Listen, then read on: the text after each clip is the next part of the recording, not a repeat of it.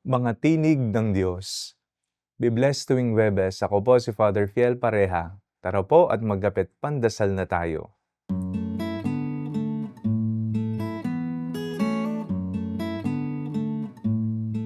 Nalilito ang tao sa makabagong panahon. Sino ang pakikinggan, kanino sasama, anong filosofiya ang isa sa buhay at iba pa. Isa sa mga bunga ng makakumbinyenteng ideolohiya ang mga isinusulong na pananaw kagaya ng "wag mo akong pakialaman, buhay ko ito, katawan ko ito, wag mong questionin ang ginagawa ko, pinaniniwalaan ko at desisyon ko sapagkat diyan ako masaya."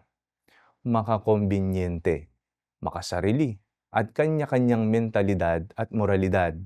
Yan ang inaalok ng mundo ngayon.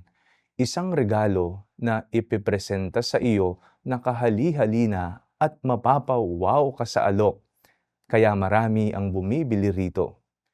Ngunit ang katanungan, ito ba ang totoo? Ito ba ang nararapat? Ang katotohanan ay katotohanan. Gaano man baluktutin o palabukin ng mundo ang realidad, hindi maglalaho ang katotohanan.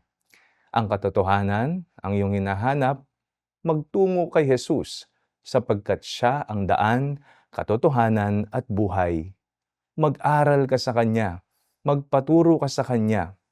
Ang tinig na kailangan mong pakinggan, na hindi ka maliligaw ng landas, ay ang tinig ni Jesus.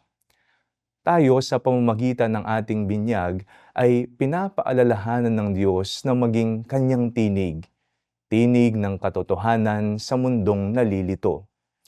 Tayo ang mga makabagong propeta na titinig sa katuruan ni Jesus, kahit karamihan ay pumapanig na sa mga kumbinyenteng paraan.